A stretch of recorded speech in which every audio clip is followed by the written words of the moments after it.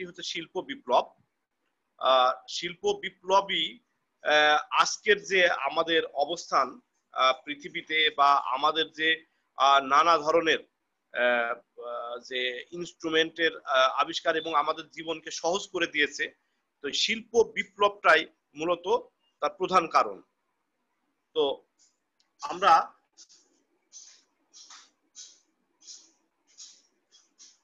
এখন শিল্প বিপ্লবের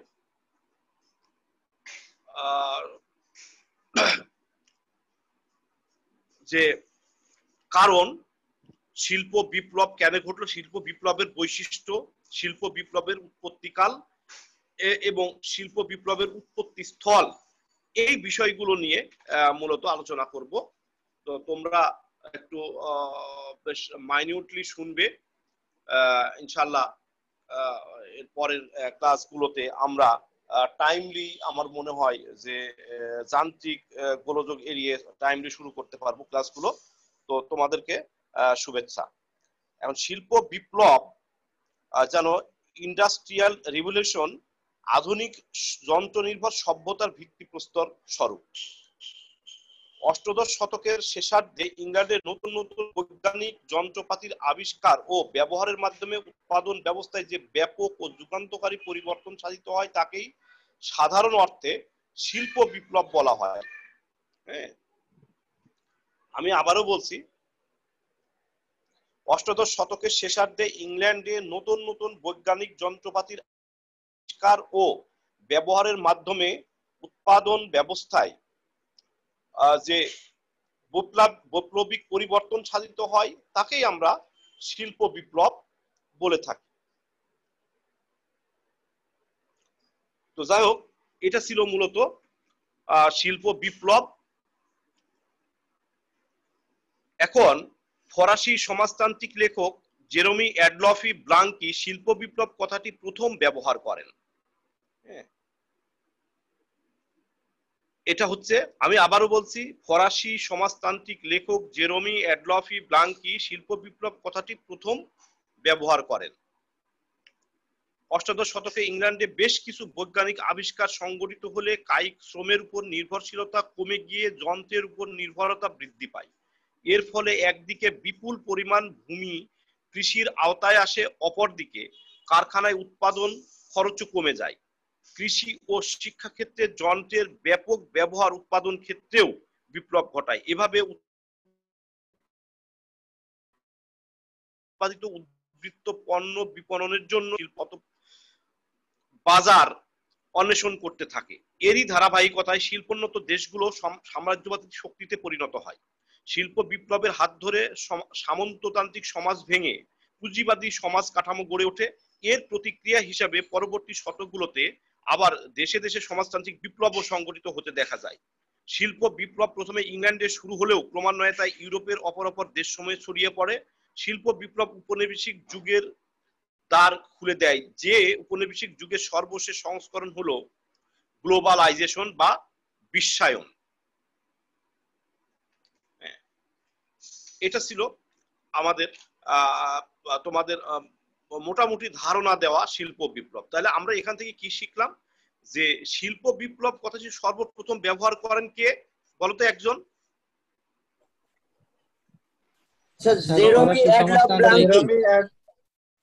ফরাসি সমাজতান্ত্রিক লেখক Jeremy Adolphe Blanqui. Good, Blanqui, thank you. শিল্প বিপ্লব আসলে কি, বা এ বিপ্লবের বৈশিষ্ট্য কি, সে বিষয়ে আমরা আলোচনা করব, বা শিল্প বিপ্লবের সংজ্ঞাটাই বা সেটা নিয়ে আমরা এখন আলোচনা করব। শিল্প বিপ্লব মূলত উৎপাদন ব্যবস্থার ব্যাপক রূপান্তর প্রক্রিয়াকে বোঝায়। শিল্প বিপ্লব বা ইন্ডাস্ট্রিয়াল রেভলিউশন টার্মটি সম্ভবত প্রথম উল্লেখ পাওয়া যায় 1799 সালের 6 জুলাই ফরাসি কূটনীতিক লুই গুইলামো অটোর লিখিত এক পত্রে। এ পত্রের মাধ্যমে অটোর ঘোষণা করেন ফ্রান্স শিল্পায়ন প্রতিযোগিতার দৌড়ে অংশগ্রহণ করেছে। 1830 1930 সাল নাগাদ কিন্তু শিল্প বিপ্লব শব্দটি উৎপাদন ব্যবস্থায় প্রযুক্তিগত পরিবর্তনের সমার্থক হয়ে দাঁড়ায়। এ সময় জেরোমি অ্যাডলফি ব্লাঙ্কি তার লা রেভলিউশন ইন্ডাস্ট্রিয়াল গ্রন্থে প্রথম শিল্প বিপ্লব শব্দটিকে সার্থকভাবে ব্যবহার করেন। ফ্রেডারিক অ্যাঙ্গেল তার the condition of the working class in England in 1844 গ্রন্থে বলেন যে শিল্প বিপ্লব এমন এক বিপ্লব যা সমগ্র নাগরিক সমাজকে আমূল বদলে দেয়। তবে ঊনবিংশ শতকের শেষার্ধ পর্যন্ত এই পুস্তকটির কোনো ইংরেজি অনুবাদ প্রকাশিত না হওয়ায় অ্যাঙ্গেলের ব্যাখ্যা ব্যাপক পরিচিতি লাভ করেনি। ফলে আর্নল্ড টয়েনবি 1881 সালে অক্সফোর্ডে প্রদত্ত বক্তৃতার মাধ্যমে শিল্প বিপ্লব শব্দটির ব্যাপক জনপ্রিয়তা আসে। তো যাই হোক, এর শিল্প বিপ্লব শব্দটির যে প্রসার বা কখন থেকে শিল্প বিপ্লব শব্দটি উৎপাদন ব্যবস্থার সাথে অঙ্গাঙ্গিভাবে জড়িত হয়ে গেল সে বিষয়ে তোমরা জানলে। এখন আমরা শিল্প বিপ্লবের সংজ্ঞা ও বৈশিষ্ট্য নিয়ে আলোচনা করব। অক্সফোর্ড ডিকশনারি শিল্প বিপ্লবের সংজ্ঞা উল্লেখ করেছে এভাবে: the rapid development of industry that occurred in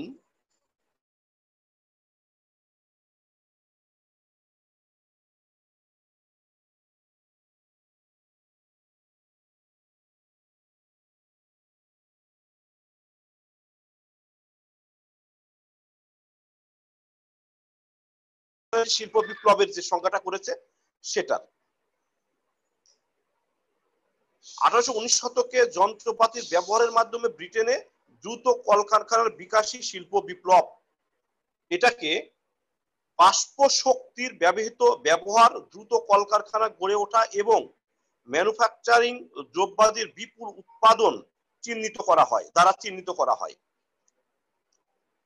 encyclopedia of ব্রিটানিকার মতে আধুনিক ইতিহাসে শিল্প বিপ্লব বলতে বোঝায় কুটির শিল্প ভিত্তিক কৃষি অর্থনীতি থেকে কলকারখানায় উৎপাদিত পণ্য নির্ভর অর্থনীতিতে রূপান্তর।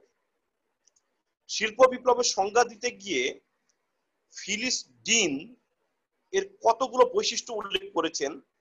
তার মতে কোন সমাজে উৎপাদন ক্ষেত্রে ক কুটির শিল্পের স্থলে যন্ত্রচালিত পুঁজিবাদী শিল্পের বিকাশ, খ উৎপাদিত পণ্য বাজারে বিক্রয় করে মুনাফা লাভের ব্যবস্থা, গ কলকারখানায় শ্রমিকের সাহায্যে পণ্য উৎপাদনের ব্যবস্থা, ঘ উৎপাদিত পণ্য বিপণনের জন্য উপযুক্ত বাজার গঠন, ঙ কাঁচামাল ও শ্রমিক সরবরাহের ব্যবস্থা, চ মূলধন সরবরাহের জন্য ব্যাংক ও অন্যান্য আর্থিক প্রতিষ্ঠানের বিকাশ, ছ উৎপাদন সংশ্লিষ্ট নতুন যন্ত্রপাতির উদ্ভাবন, বর্গের জ পণ্য পরিবহনের জন্য যন্ত্রের ব্যবহার প্রভৃতি বৈশিষ্ট্যের সমন্বয় পরিলক্ষিত হলে সেখানে শিল্প বিপ্লব ঘটেছে বলা যায়। তাহলে দেখো, এই যে জ পর্যন্ত যে বৈশিষ্ট্যগুলো, এগুলো ঘটলেই তখন শিল্প বিপ্লব ঘটেছে বলে আমরা ধরে নিতে পারি। যাই হোক, তবে শিল্প বিপ্লবের সংজ্ঞা নির্ধারণে ঐতিহাসিক, অর্থনীতিবিদ ও সমাজতাত্ত্বিকগণ একমত হতে পারেননি। বিশেষজ্ঞগণ তিনটি বিশিষ্ট অর্থে শিল্প বিপ্লব কথাটিকে ব্যবহার করেছেন। অর্থনীতিবিদগণের মতে কৃষি নির্ভর অর্থনীতি থেকে শিল্প নির্ভর অর্থনীতির রূপান্তরই শিল্প বিপ্লব।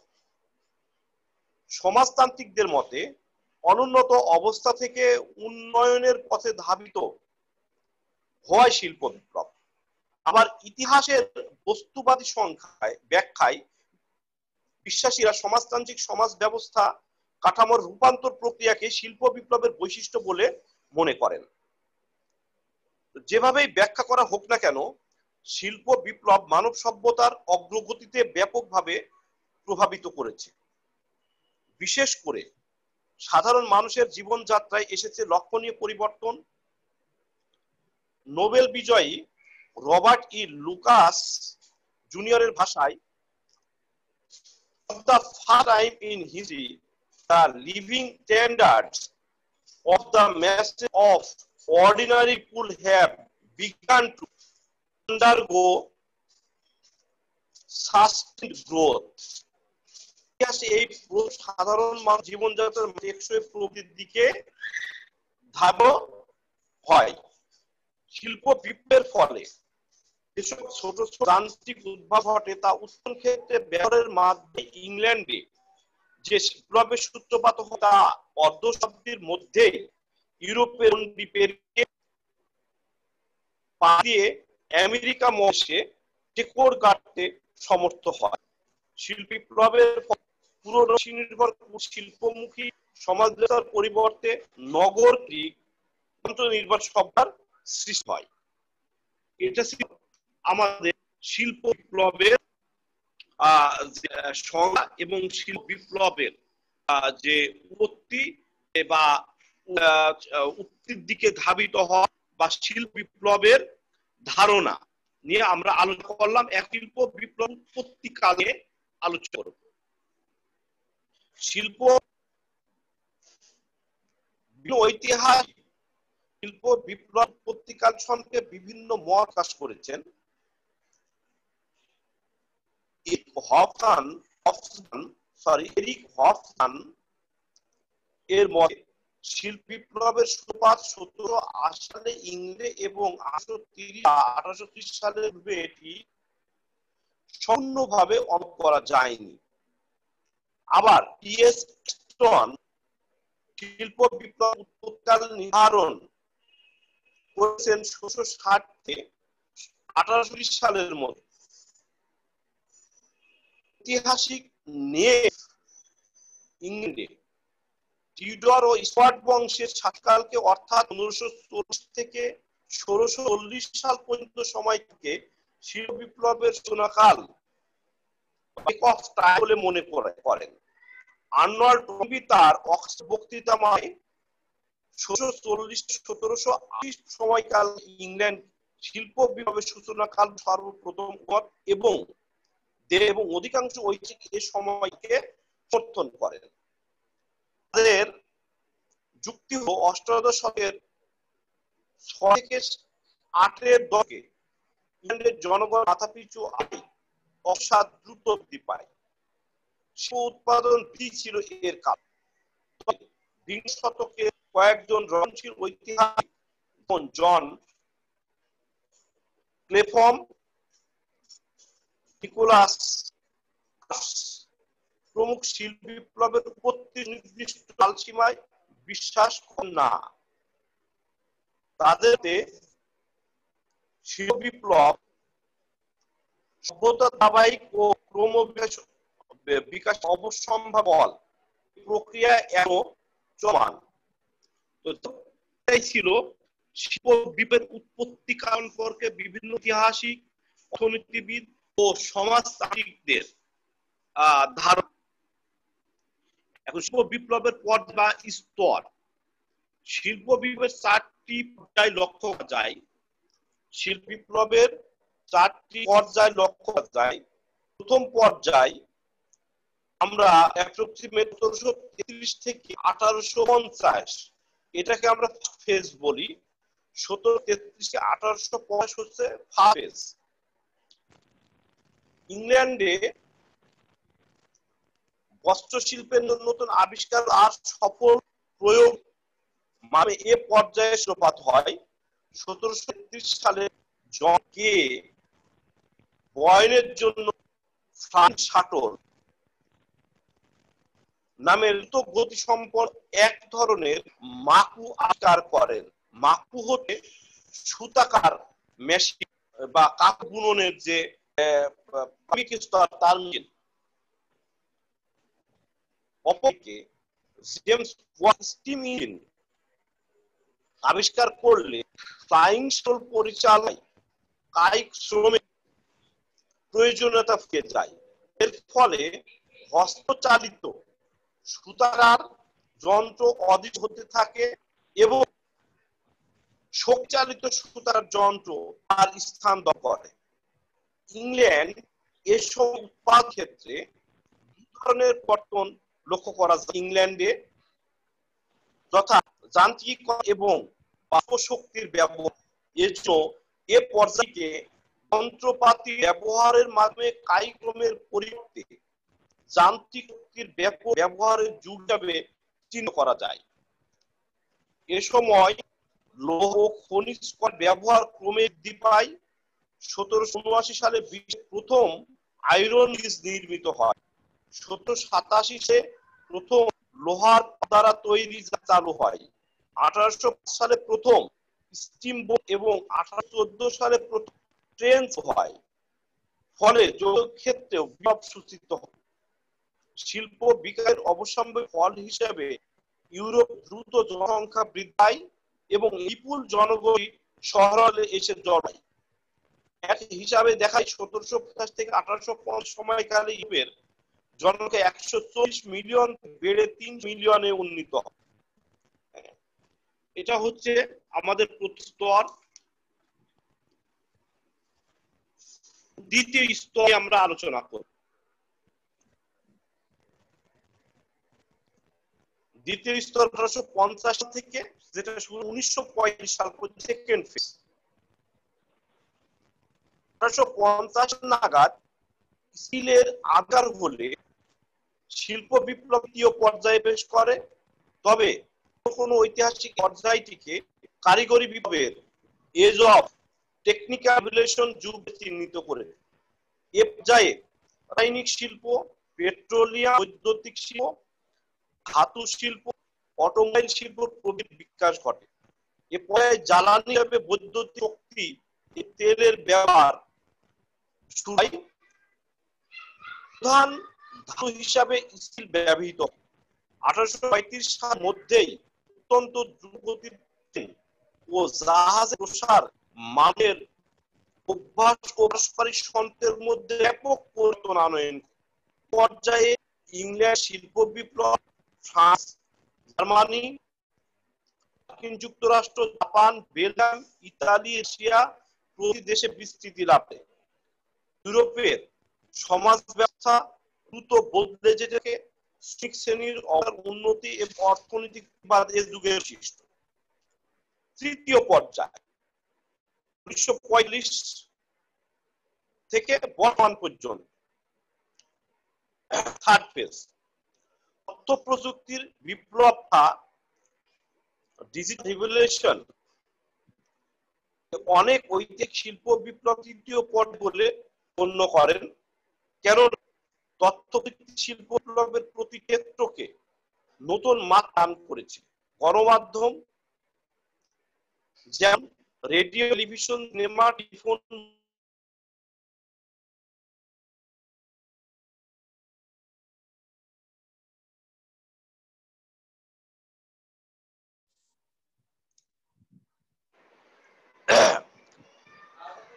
টেলিকমিউনিকেশন, বায়োটেকনোলজি, জেনেটিক ইঞ্জিনিয়ারিং, বিধ্বংসী মারণাস্ত্র, মহাকাশ গবেষণা, ভূ-উপগ্রহ প্রযুক্তি প্রভৃতি শিল্পের বিকাশ এ যুগের বৈশিষ্ট্য।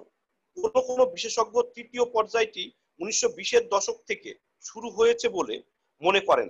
বর্তমান বিশ্ব এ পর্যায়কাল অতিক্রম করছে।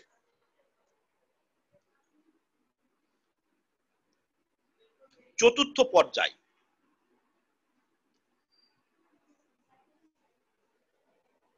Fourth phase.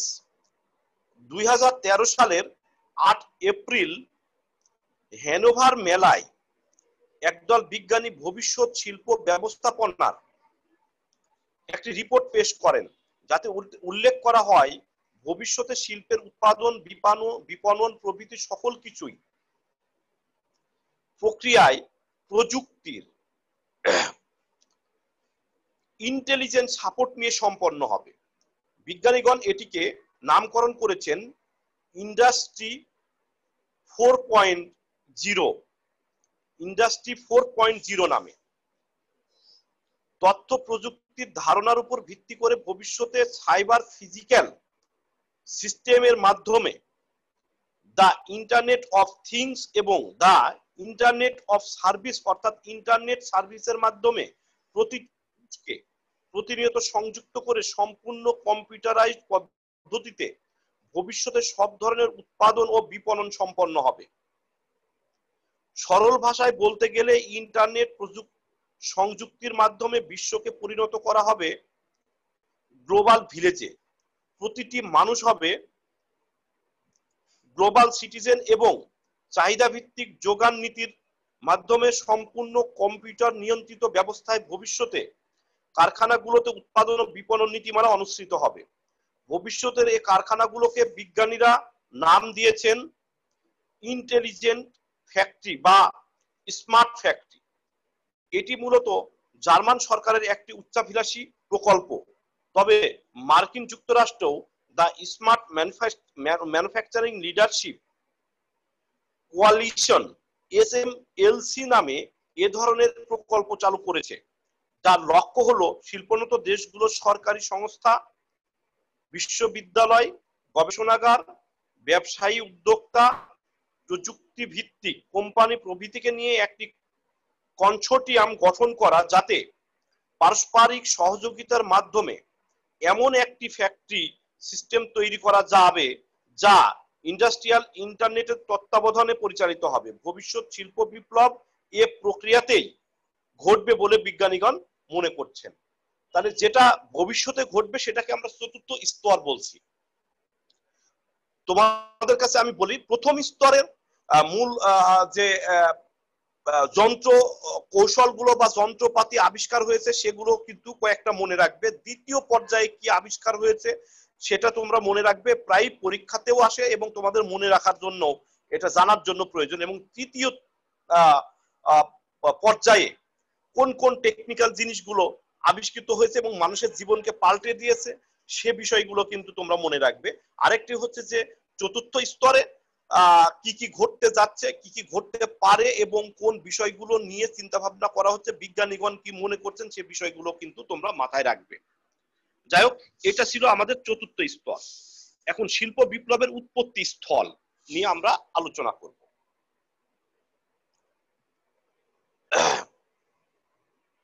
শিল্প বিপ্লবের সূত্রপাত ঘটে ইংল্যান্ডে। ছোট ছোট বৈজ্ঞানিক আবিষ্কারের মাধ্যমে অষ্টাদশ শতকের দ্বিতীয়ার্ধে এর শুরু। অষ্টাদশ শতকে উপনিবেশ ও সাম্রাজ্য বিস্তারের সঙ্গে সঙ্গে ব্যবসা বাণিজ্যের প্রসার হলে উৎপাদিত পণ্যের চাহিদাও বৃদ্ধি পায়। এই চাহিদা পূরণের জন্য অধিক পরিমাণে পণ্য উদ্ভাবনের প্রয়োজন দেখা দেয়। এ তাগিদে বৈজ্ঞানিক যন্ত্রপাতি আবিষ্কার হয় এবং এর ফলে শিল্প বিপ্লবের সূচনা ঘটে। এখন ইংরেজ শিল্প বিপ্লব উৎপত্তির কারণ। পৃথিবীর সকল দেশেই শিল্প বিপ্লব ঘটেছে কৃষি বিপ্লবের হাত ধরে। শিল্প বিপ্লবের সূতিকাগার ইন্দো। শিল্প বিপ্লবের সূতিকাগার কাকে বলা হচ্ছে? হ্যালো হ্যালো, জি স্যার, শুনতে পাচ্ছি। তোমরা কি আমাকে শুনতে পাচ্ছ? জি স্যার। জি স্যার। হ্যালো স্যার, শুনতে পাচ্ছি তো। তোমরা কি শুনতে পাচ্ছ? জি স্যার। হ্যালো, তোমরা শুনতে পাচ্ছ আমাকে? হ্যাঁ স্যার, শুনতে পাচ্ছি। হ্যালো,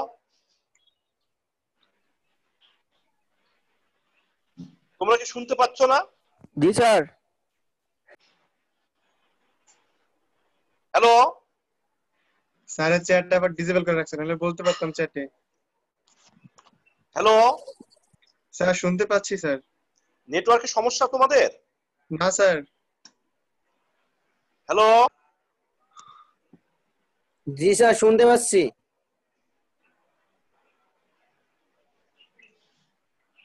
হ্যালো,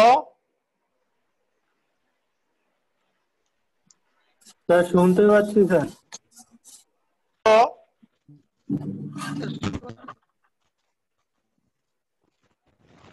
তোমরা কি শুনতে পাচ্ছ আমাকে? জি স্যার। কেউ কথা বলছো?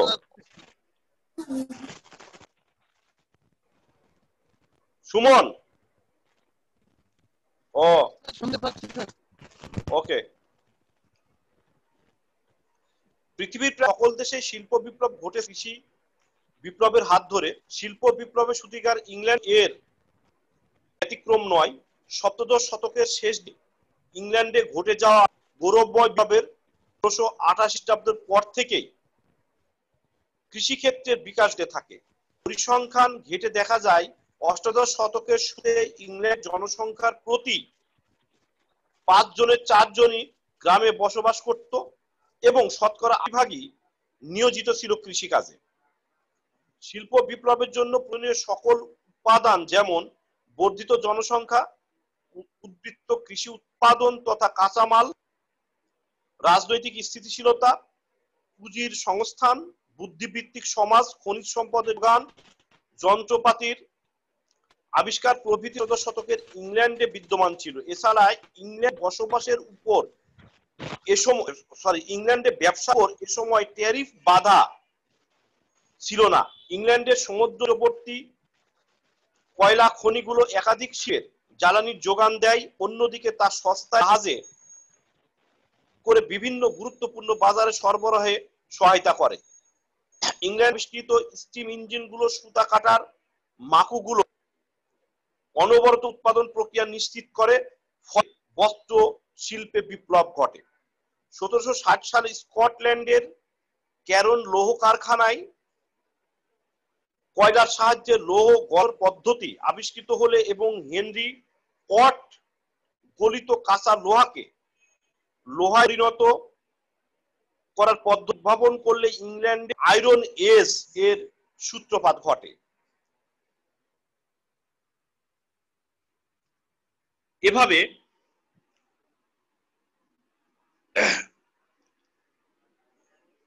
স্যার আইজাক নিউটনের বৈজ্ঞানিক সূত্রসমূহ এবং রবার্ট বোয়েলের বাষ্পীয় নীতি সূত্রসমূহের ধরে James Watt, Newcomen, Edmund Cartwright, Richard Arkwright, Sheffield hands, Josiah ওয়েস উড প্রমুখ নব নব প্রযুক্তির উদ্ভাবন করেন যা ইংরেজ শিল্প বিপ্লব সংগঠিত করে। এক্সেটার বিশ্ববিদ্যালয়ের ইতিহাসের অধ্যাপক জেরেমি ব্লাঙ্কি বলেন, ব্রিটেন নব নব ধারণার মুখ প্রকাশ মঞ্চ হিসেবে চিহ্নিত হয়ে আছে।